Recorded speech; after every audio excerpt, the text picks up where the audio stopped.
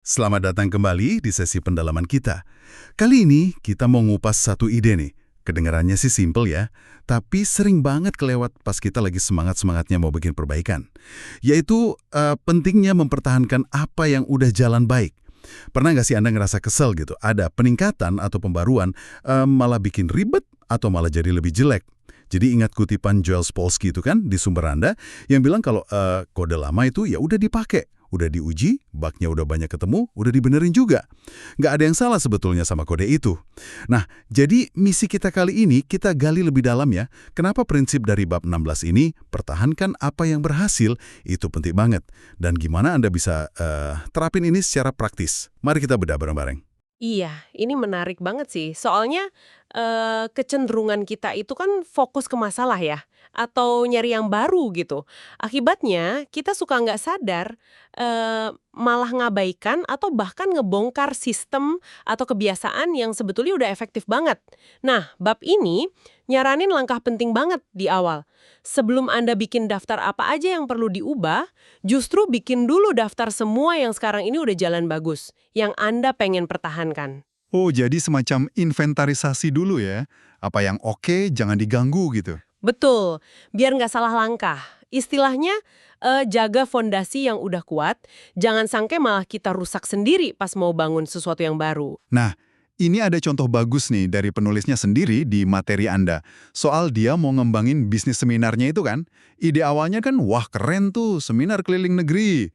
Tapi kan, kebayang ya ribetnya. Logistiknya, timnya, wah persiapannya pasti banyak banget. Iya, itu rencana awalnya. Tapi terus dia berhenti sejenak. Dia lihat lagi, apa sih yang udah jalan bagus selama ini? Ternyata seminar lokalnya dia yang skalanya kecil, yang murah, gampang diurus, itu malah untung banget. Jadi dia nggak ngejar yang kelihatannya, wah tapi rumit itu ya? Persis. Nah, ini dia intinya. Daripada ngejar ide baru yang kompleks, yang mungkin juga risikonya tinggi, dia mutusin buat ngembangin aja kesuksesan yang udah ada di tangan. Jadi fokusnya diubah total. Ke seminar lokal di kotanya aja, pakai tempat yang sama terus, cuma dibikin lebih sering, terus harganya juga lebih murah karena ya ongkosnya emang rendah kan. Hasilnya gimana tuh? Hasilnya sukses besar. Bisnisnya tumbuh signifikan, tapi usahanya jauh lebih sedikit dibanding kalau dia jadi keliling negeri.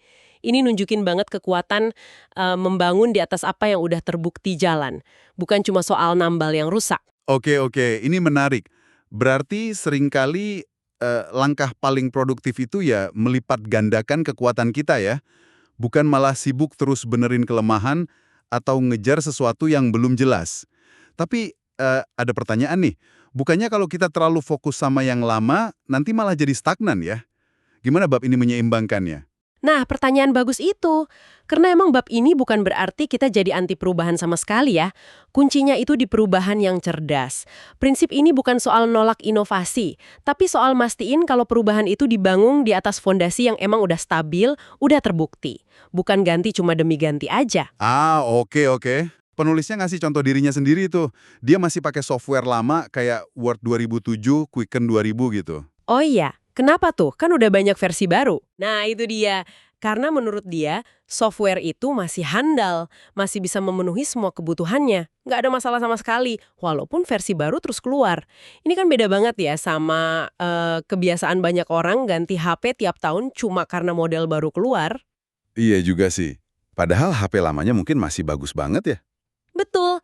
Jadi ini soal menghargai keandalan, fungsionalitas yang udah teruji. Bukan sekedar tergoda sama label baru gitu. Paham. Jadi intinya bukan nolak maju, tapi majunya itu strategis gitu ya. Pastiin langkah barunya itu emang nambah nilai, bukan cuma ganti tampilan atau malah bikin repot.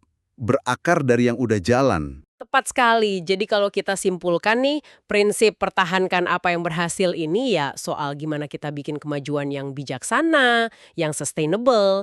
Ini tentang menghargai fondasi kuat yang mungkin udah Anda punya sekarang. Sambil tetap terbuka sama perbaikan yang emang beneran perlu dan jelas dampaknya gimana. Ujung-ujungnya pendekatan ini kan hemat energi, hemat waktu, hemat sumber daya Anda juga lah.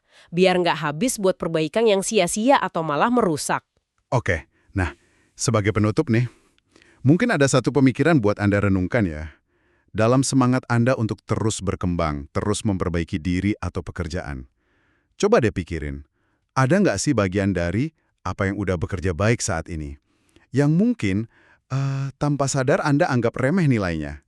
Atau malah udah di ujung tanduk mau kegusur sama godaan sesuatu yang baru.